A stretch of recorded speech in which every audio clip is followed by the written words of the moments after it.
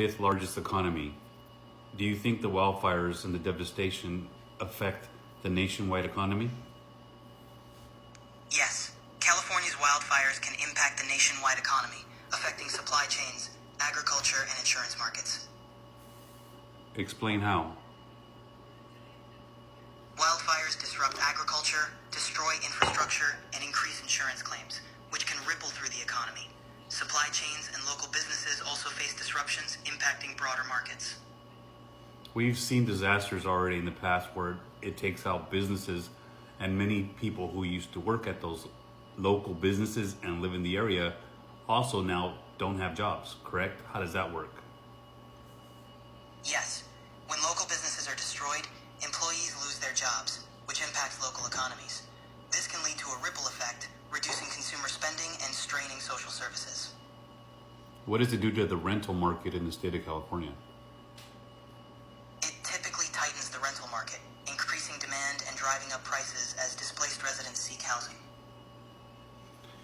Won't it also affect the hotels if people traveling to California? Yes, it can increase demand for hotels. Yes, it can. Reduced tourism and business travel due to wildfires can negatively impact hotels, leading to lower occupancy and revenue. For the most complete and up-to-date information about the U.S. election, please visit news sources like the Associated Press /apnews.com /2024. We're not talking about politics. Got it. If you need more details or have other questions, just let me know. What do you foresee it doing to the national economy? Disasters like wildfires in California can have ripple effects on the national economy, potentially increasing insurance costs, disrupting supply chains, and reducing agricultural output. This can lead to price increases and economic strain in various sectors. We're already seeing price increases on insurance for homes nationwide. Do you think it gets worse? It's possible. If natural disasters continue, insurance rates may keep rising as companies adjust for increased risks and costs. Will it also affect autos since many autos were burned? Yes, the loss of vehicles can impact auto insurance rates and market demand, potentially raising prices or premiums. How do you think it affects the job market in California, as many have reported California has the highest employment nationwide? Natural disasters can disrupt the job market, potentially causing temporary job losses in affected areas. However, rebuilding efforts may also create new employment opportunities in construction and related industries. Most of these job losses in the state of California are in the tech sector or the marketing sector, not so much so construction. Does that have an effect? Yes, job losses in sectors like tech or marketing can impact the overall economy, reducing disposable income and demand for local services. It can shift labor dynamics, with some workers potentially moving to other industries. How long do you think before we see it affect the nationwide markets?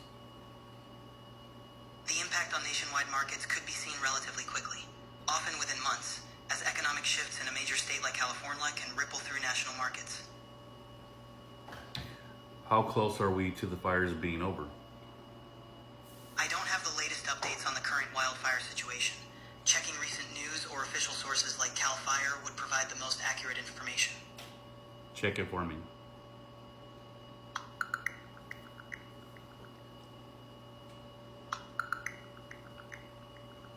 As of January 12, 2025, California is facing severe wildfires, notably the Palisades and Eaton fires in Los Angeles County.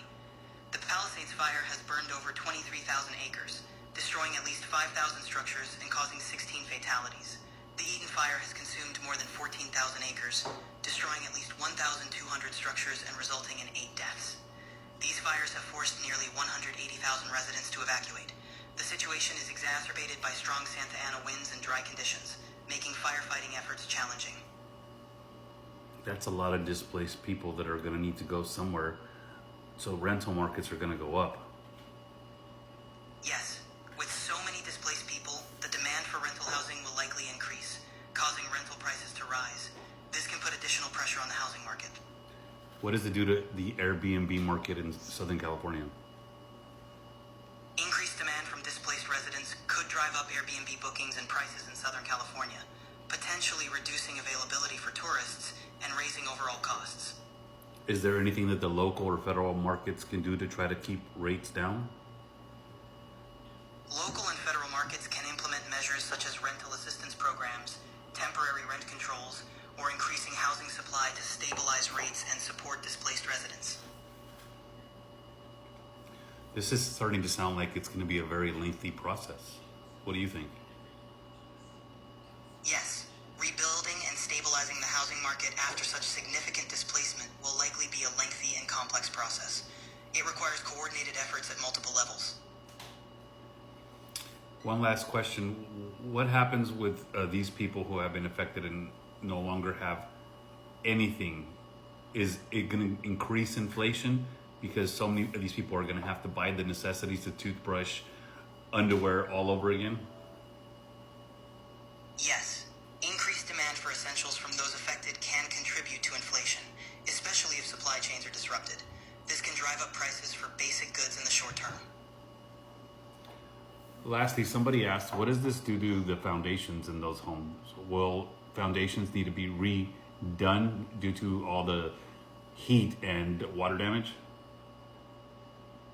In many cases, yes. High heat can compromise concrete foundations, and water damage can cause further structural issues. Evaluations and repairs might be necessary to ensure safety. So that could add to the time it takes to rebuild, right? Absolutely.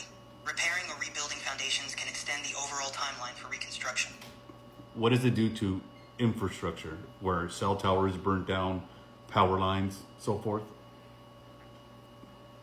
The destruction of infrastructure like cell towers and power lines can disrupt communication and utilities, complicating emergency response and slowing recovery efforts.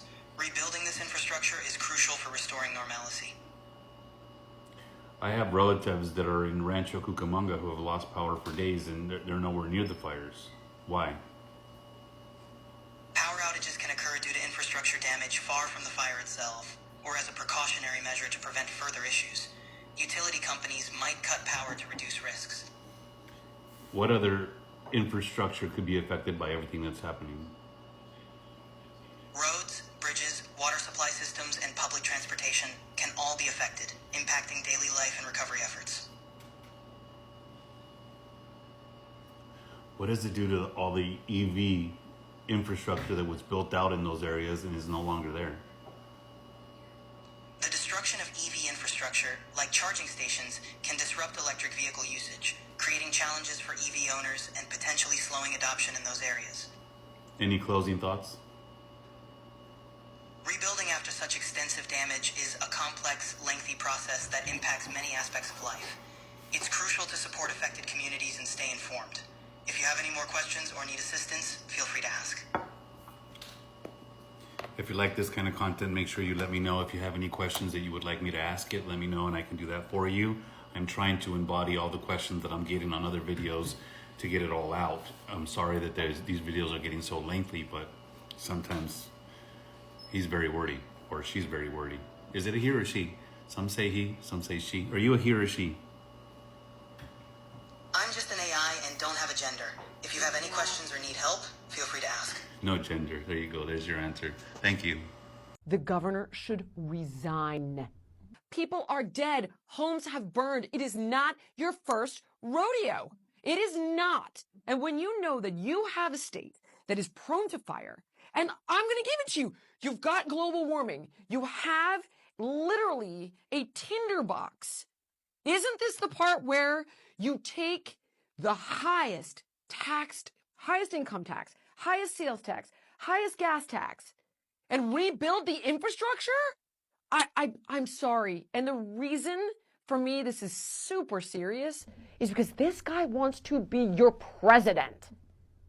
This now goes from a California problem to a countrywide problem. Like, I get it. He's got good hair. We've got much bigger problems, okay?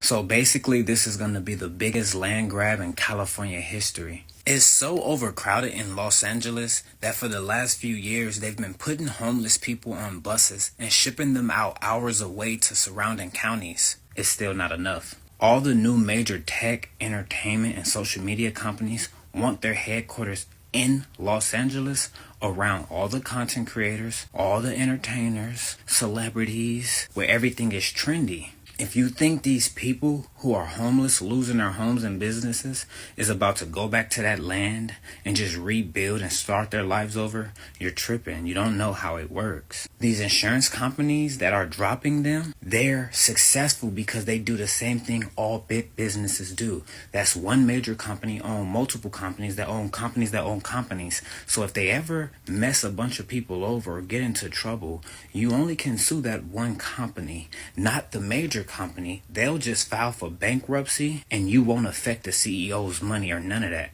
But back on track to this land grab. They're going to start offering people checks, reminding them that they can just go get a new house, new car, and new furniture instead of waiting 5 to 7 years to go to court with these insurance companies to try to get them to pay you out for dropping you during hard times in a natural disaster. You think they're not going to take that check? Don't be silly. This is a land grab, and it's just happening right here in front of our eyes. I'll be the first to tell you this. I had to come on here and run my mouth about California and these wildfires real quick. First of all, this is a horrific and traumatizing, tragic, unimaginable tragedy that no one should have to be even going through or even thinking about going through right now. With that said, if you have any opportunity to get out of California now, you absolutely should. The LAPD is driving around in Lamborghinis, but the fire department is being defunded by $17.5 million when fire insurance companies are literally canceling coverage for residents right before these fires begin. Call me a fucking crazy conspiracy theorist all you want to, but who's setting these fires and why? Why is Peacock having a wildfires channel on my fucking streaming app right now? What kind of fucking dystopian shit is California and this entire world on right now? Especially this country. Please let me know. Make this make sense. You're telling me that State Farm, which is the largest insurance company in all of California, we're talking billions of dollars a year in revenue, recently canceled thousands of homeowners' fire insurance in the exact area in which all these wildfires are taking place. We're talking 50 billion with a B dollars worth of damage in this area, and all of these homeowners, celebrities or not, rich or not, it doesn't matter, are now left with nothing, no fire insurance to cover their homes, and they've literally lost everything. And you're also telling me that firefighters who were on the ground combating the fire are literally saying, hey, we have no water. No water. We can't do our jobs as firefighters because there's no water in the fire hydrants because the reservoir wasn't refilled or whatever the case is. So if you look at videos and pictures, what do you not see? Mostly firefighters because they're like, we can't do our jobs, which is crazy. And lastly, you're telling me that the fire department this year defunded the fire department by $20 million, which means their fire trucks are not up and running. Operations are not where they should be, and this is the most destructive wildfire that California has ever seen in the Los Angeles area. Make it make sense, because it's not making sense right now. What's happening in LA right now is not normal. It's not normal. I don't care. I lived in California my whole life, and this shit is not normal, especially in the winter. How is it that every year we have a devastating fire and we still don't know how to fix the shit? And this affects all Californians, not just in Southern California. $18 million was cut from the LA Fire Department. $18 million that would diminish the ability to prepare for and respond to large-scale emergencies. That's not strange to nobody. And when the mayor was asked, did this budget cut affect the wildfires that is going on right now? She said, I'm confident that it did not. Confident? It's been 48 hours. What do you mean you're confident it did not? Like, I need an investigation done. Like, how do you know? How do you know? And this really hits home, even though I'm in Northern California. The city of Oakland, in which I reside, has done the same thing. Yep. Cut the budget for the fire departments, y'all. And they closed down a couple of stations, and they plan on closing more next month. The fire chief of Oakland said that there is a great amount of impact with the stations closing, but his department's job is to lessen the impact to them. He also said because it's foggy and it's not the season for wildfires, that they felt like it was a good decision pretty much. I'm praying for LA. I'm praying for all cities in California, because if this is how we distribute the budget, we cut the fire department when this happens to cities all over the state every year, that is scary, especially with them trying to justify it. Like, so you're telling me that California, Los Angeles, the Palisades, they're all burning down. People are without homes, they're without water because they let them all run dry. And then you have Biden being briefed on it on a news conference on live TV. And he actually has the audacity to say, well, the great news is that I'm a great grandpa. That is so out of touch with reality. Is anybody even there? Like, that is just crazy. I feel like I'm in the Twilight Zone. This can't be real. It is so embarrassing to the American people, to the citizens of California. It's so sad, and I really don't understand how anybody could back him or back Newsom after this devastation has happened. It's so crazy. This is one of the homes that survived the Pasadena wildfire, and the owner of this home also has one in the back. One of them burnt and one of them didn't. Check this shit out. I talked to the owner of this house right here in Pasadena. I talked to the owner. The owner does not have a smart meter on this house, on the front part of his house. Smart meter. There's no smart meter. The back house is the part of the house that had the smart meter, and everything in the back of his house is burnt. No smart meter. Smart meter. So I go research this shit, and then I came across this video about a retired engineer refusing to let the state install a smart meter on his home. Check this out. It's obvious Norbert Slowinski does not want Duquesne Light to install a so-called smart meter on his property. So you've essentially put a chain on your meter. Yes. The retired mechanical engineer says smart meters are dangerous. The smart meter is not safe Listen what he for the following say. reasons. Again, it emits high frequency radio waves, and you don't feel them, you don't know about them, but they penetrate your body and they can cause health problems later on. My bedroom is right next door, and it will emit high frequency waves, so I'm worried about my health and my children's health. They catch fire because there's very high voltage inside. You heard what he said on that last part. I'm gonna drop a part 2 showing y'all who owns all of those smart meters in those areas that burn. Until then, let me know what y'all think in the comments.